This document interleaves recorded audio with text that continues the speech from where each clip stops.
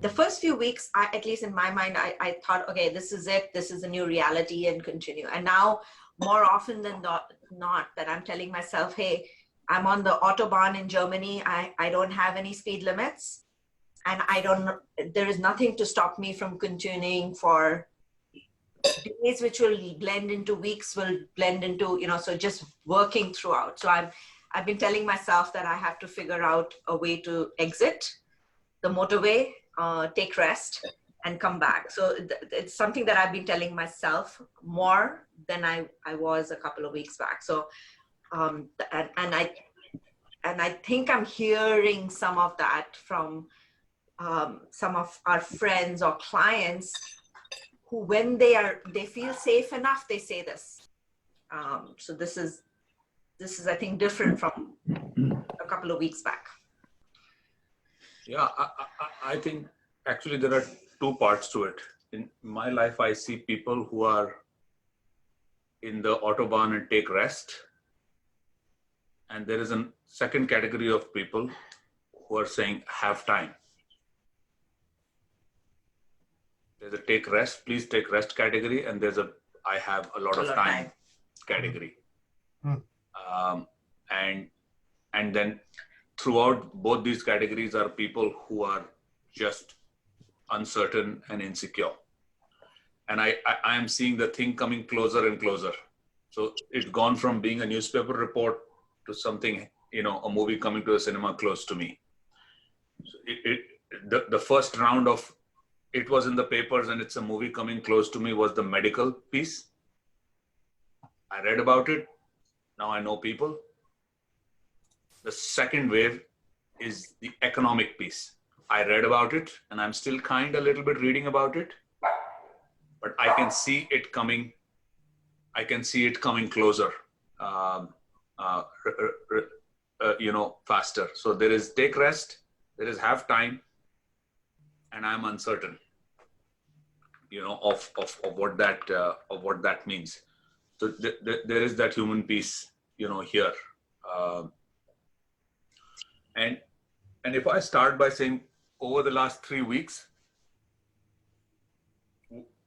my sense is what I see across CEOs and clients that I'm working with is there was the shock of the shutdown, and they've moved from the shock of the shutdown to actually getting themselves organized and doing a really good job of the shutdown. Good job defined as, do I have enough cash? Am I looking at my cost base carefully? Am I taking care of my employees? And am I taking care of my stakeholders? Am I communicating with them? All these things, people have gone from a little bit of the shift I see in the last 10 days is they've gone from a deer in the headlights world to, this phase, I'm feeling more in control. I'm doing the right things. I'm planning different scenarios. So I can see a gear shift happening for CEOs in the shutdown phase. And people are beginning to think, how do I get ready to reopen? I think it's beginning to see, how do I get ready to reopen? So that's the sort of mindset shift that I'm seeing. The biggest crisis, or the sort of the big human piece to solve here, is the crisis of alignment. I think CEOs have never been under greater duress of making bigger judgments with lesser amounts of information. Like the gap between the size of my judgment and the size of my information available has probably never been bigger. And people are working through that. And the real sort of big moving part in all of this is the alignment of the stakeholders. So if you take a business, their management team, the employees, the owners, the communities, there are incredibly fast-moving, divisive demands that stakeholders have at this point. And driving that alignment, if I think of myself as a human capital practitioner, is something that you have to, be in continuous process on. I find it honestly, it feels like you're in a privileged position to serve because we can do something here which we as human capital practitioners are really good at, and the world really needs. The world really, really needs. I don't know. Sandy Shefali, what do you think about that? Yeah, I do think it's interesting that every 2 or 3 weeks things are the needs and the issues are different. Right. And so the knowledge that we have as it relates to this specific crisis is almost like produce that you have to do something with it or else it spoils, because the world has moved on and something else is and it happens really quickly. So those few weeks ago, everything was about the medical part and shutting things down. And now I feel like people are talking about the shutdown almost in reflective mode. So what happened, and what if it happens again? And so what did we do? Did it work? And if we have to apply it again, then we learned something. And now there's a lot of energy on. I see a bifurcated energy, one on reopening, but also the notion of coming out of this in an advantaged position. And what are the sources of advantage that you can get by the way that you shut down, the way that you reopened, and the other opportunities that this could create. So you see people beginning to say there are going to be distressed businesses. Do we have a war chest that we can go and buy some of those distressed businesses? There are clients that are going to be underserved. Can we sweep in and gain share as a result of this? And then there are these technology related things that we're going to get permission to do stuff because, or that are surrounding new technology that it wasn't easy for me to do it before, but now I can do it.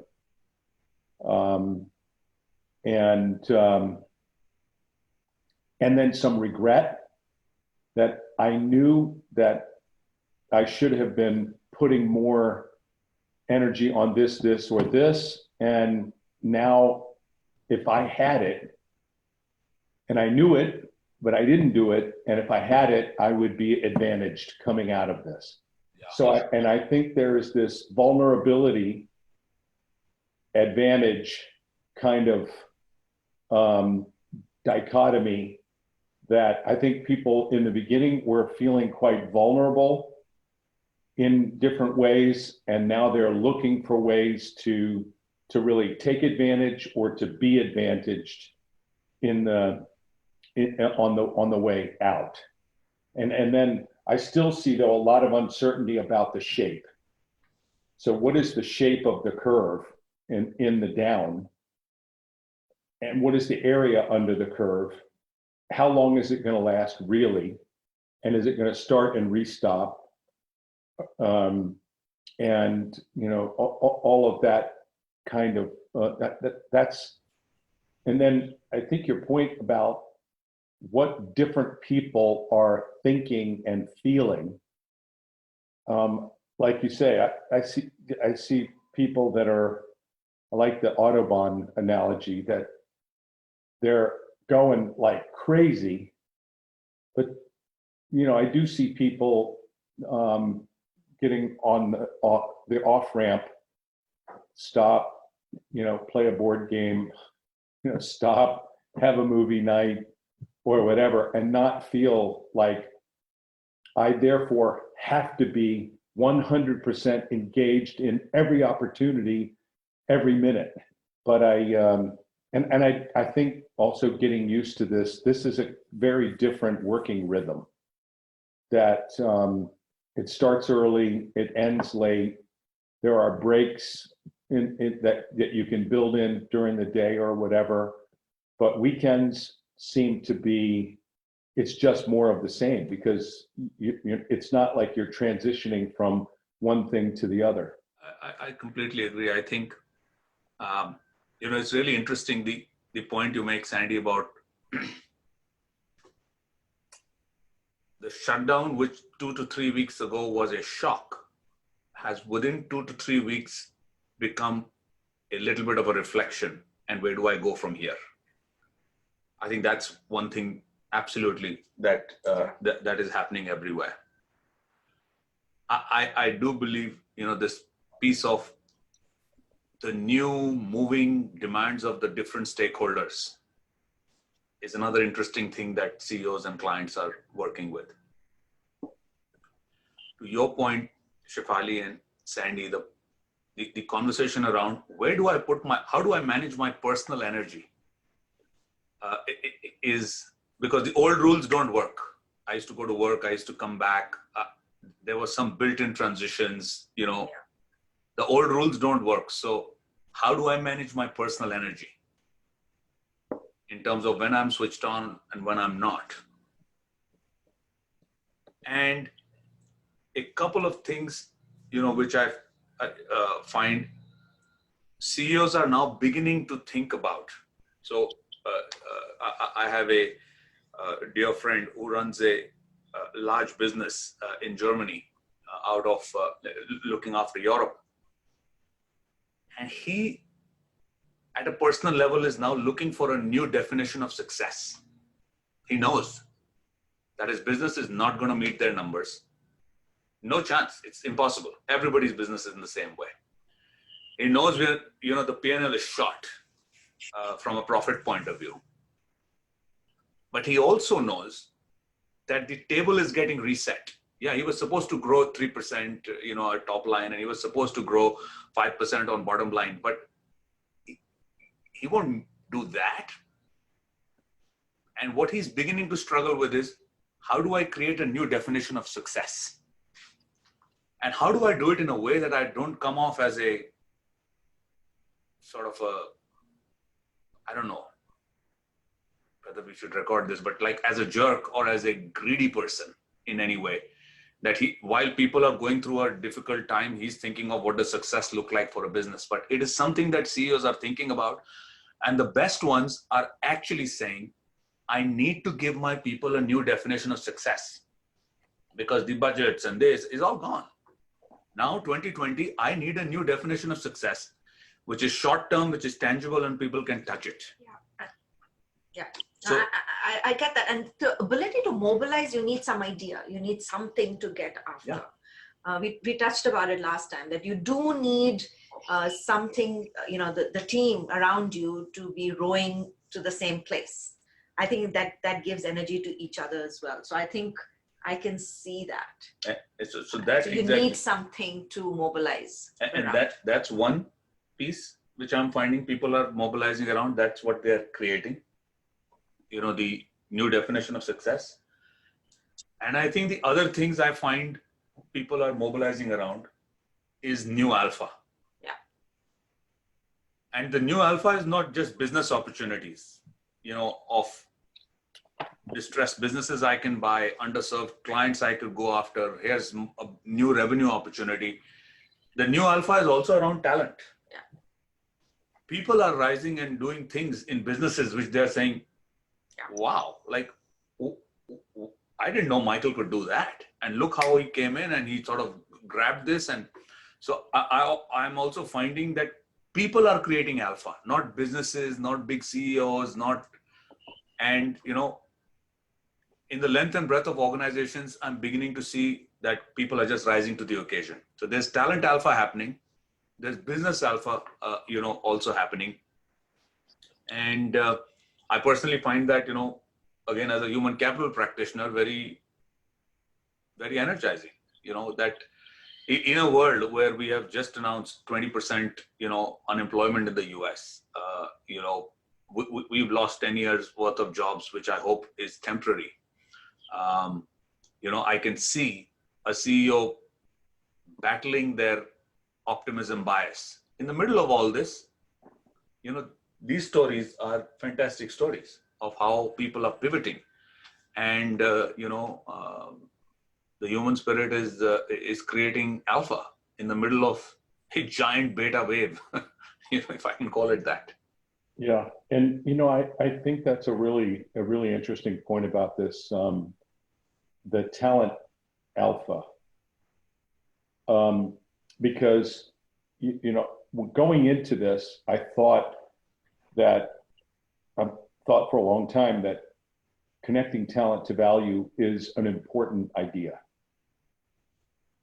And when the world is going up and to the right, and you can show that, this is the positive disruption that we're trying to make with this particular strategy or this particular investment thesis. And then if I can get enough talent around those, the hot spots that are there that can help to push it forward. And then you see this shock and the curve goes down in many businesses. So, boom, shut down. And then it stays down, and then it starts to come back. And how we're going to connect talent to value. And I think value is a very interesting thing to focus on, because what is the relative value that we have created or destroyed in a particular thing? Because we were always saying up elevator, or you were always saying, Sumit, up elevators and down elevators. Well, this is a serious down elevator. And as a management team, if we act appropriately when there is a precipitous down, we can influence it.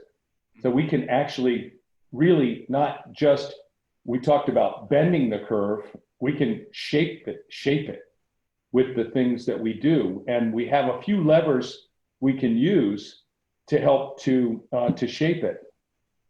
But I think the other interesting thing is when you see people, individuals going, whoa, the value really shifted. I can connect my talent to that value. And so now we're referring to them as alpha. In other words, they are seeing, and we're discovering superpower in them that we didn't see before, because the value shifted and whoa, that's what we need. And wow, that person can really do that. And isn't that interesting? And I also think that in the midst of all this, the human spirit and this notion of, with the new alpha and talent alpha, imagination, people exercising, and when their energy shifts from, oh my God, to, wait a second, what if we did this? Or what if we did that? That could be interesting. And now all of this reimagining things starts to happen, which I find pretty energizing. Yeah, I'm always energized by these human stories. So the fact that Reckitt Benckiser and their manufacturing unit, suddenly all the workers who make Lysol, it's a huge purpose. I mean, that I just read about it. And I think this is what is humanity, right? The ability to say, connect it and say, hey, I have a purpose, or I'm doing something which is, which is helping. The other thing I have to say is, personally, I'm amazed at really, really busy people who are taking time out to do things for the community. So there's a group of moms I know in our town, and they're sending food to all the healthcare workers, so nurses and doctors, and my God, and all of these women are working 14-hour days, and they're finding time to give back to the society. And we also in an epicenter where it's more prevalent, the COVID. But I'm just amazed at what people do to give back. Even 14-hour professional jobs. Yeah, they're And working this is on full top of day that. hours, like in Amazon, and I mean, not easy jobs. And then they're finding time to, give back. And I'm like, wow. Oh, I think that is. So that's very inspiring.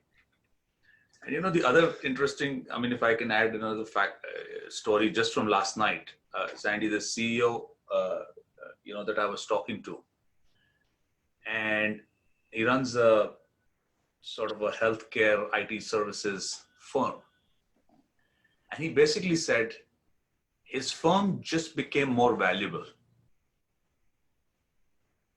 because he was able to move within a 30-day period,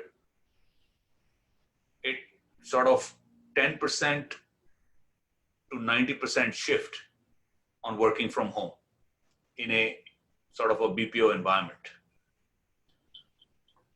So, we've talked about agility for a long time.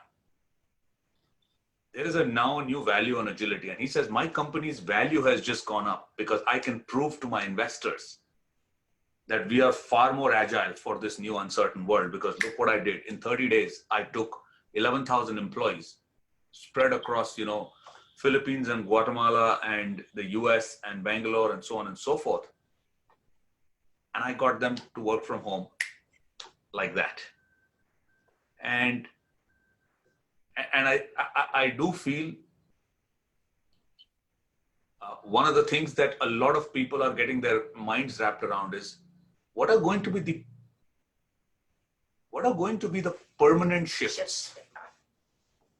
Yeah, I mean, whether this thing is a V, U, W, X, Y, Z curve, it doesn't matter. But when it is over, which it will be, what would have shifted maybe permanently? Will we ever go back to 5-day work weeks? For sure. Will we travel as much? The number of people, the number of very, senior deal partners, operating partners, CEOs, CHROs, etc., who are telling me, I'm sitting here wondering, why did I travel so much? I mean, just yesterday, Sandy, you and I were with an old friend, in London, who looks after 36 companies. And he says, I run a call with 50 people on Zoom. Actually, it works perfectly fine.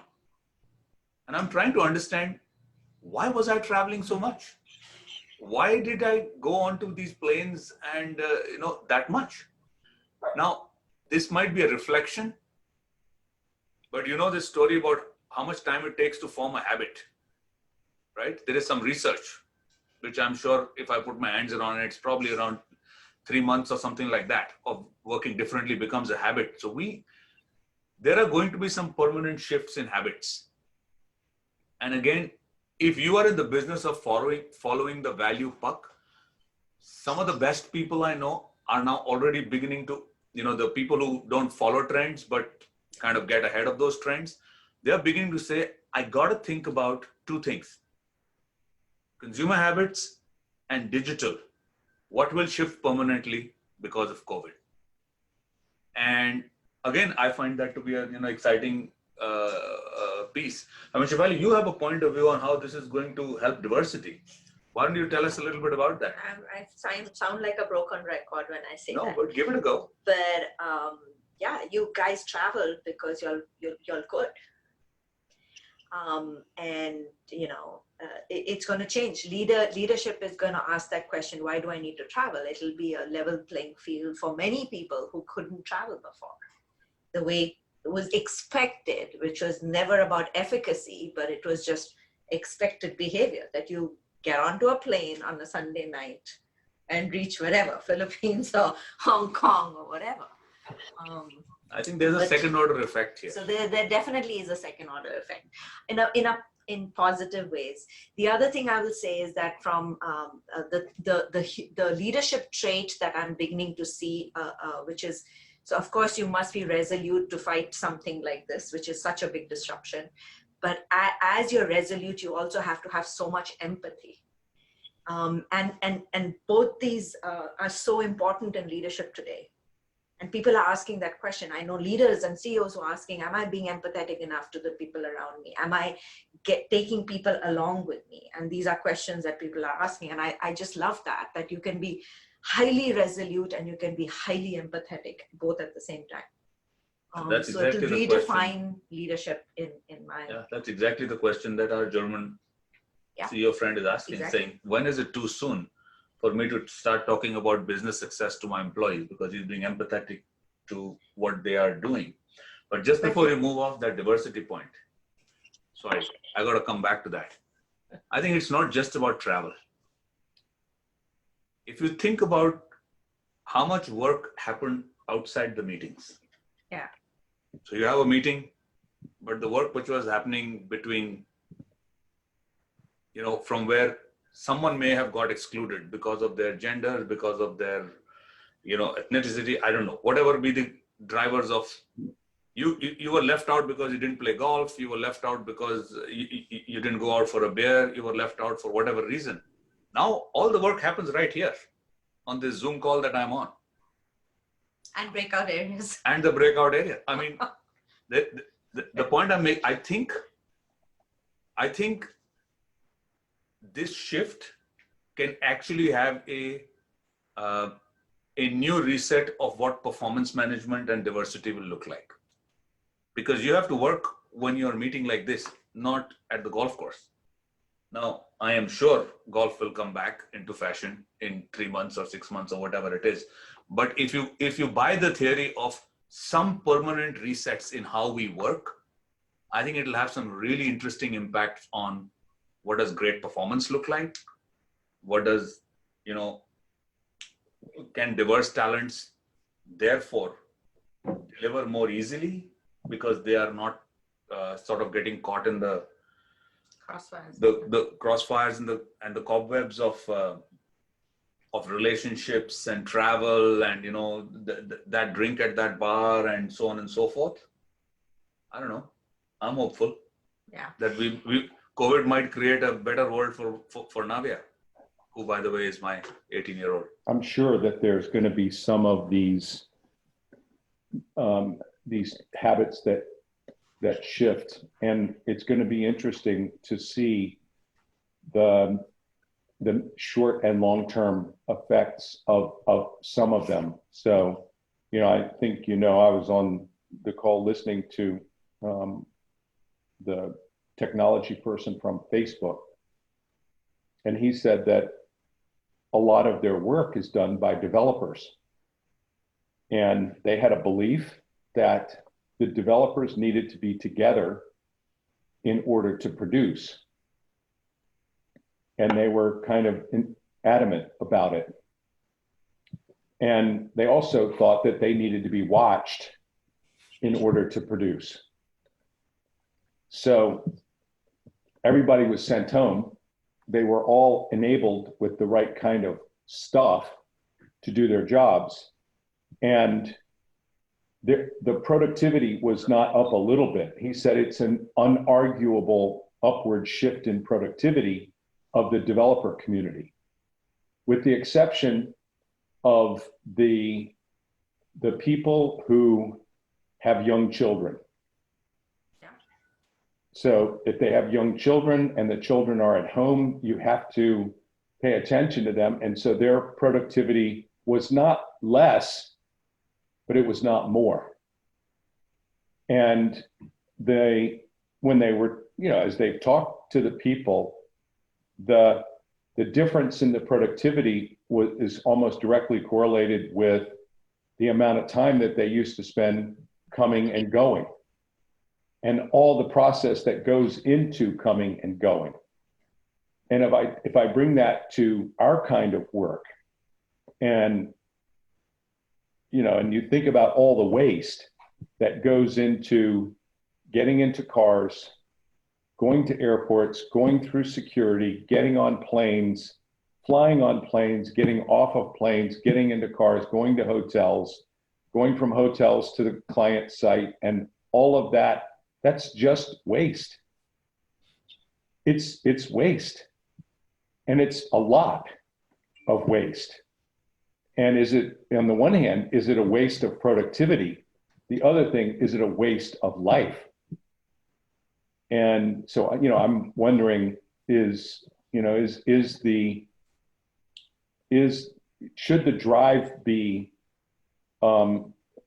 really understanding the waste, not only what is the cost of it, but also what is the impact of it, so to speak. And I thought Marshall was crazy when he told me, I'm not stepping on a plane at all.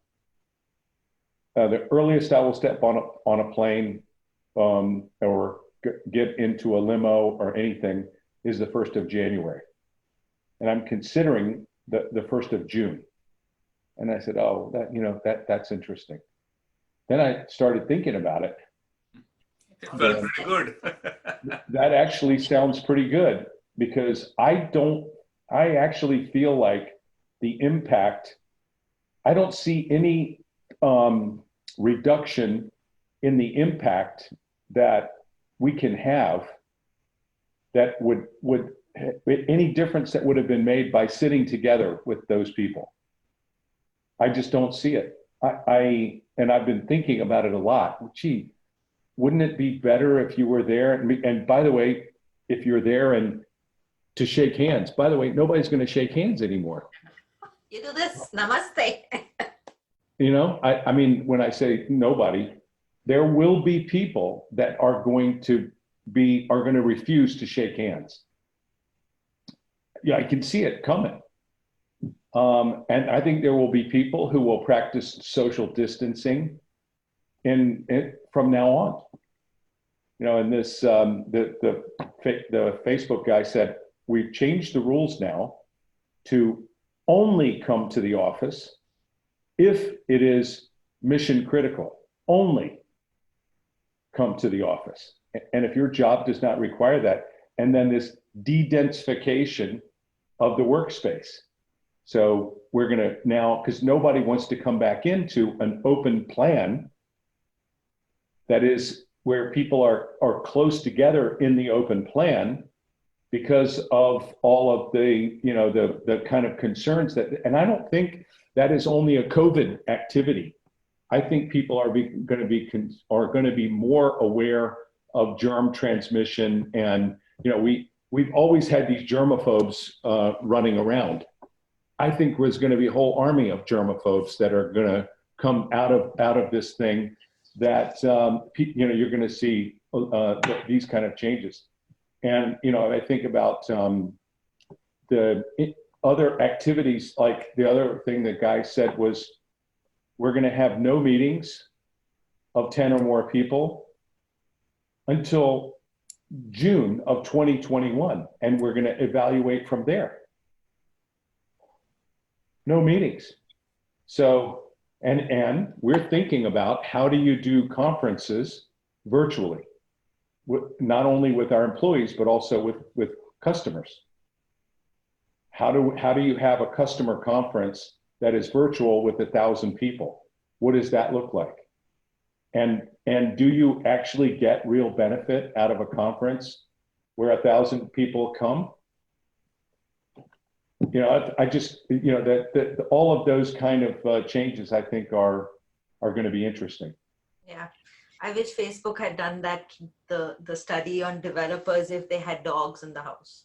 Yeah, so that's one thing I'm really struggling with, I have to say. It's I think the truth will lie obviously somewhere in between, right?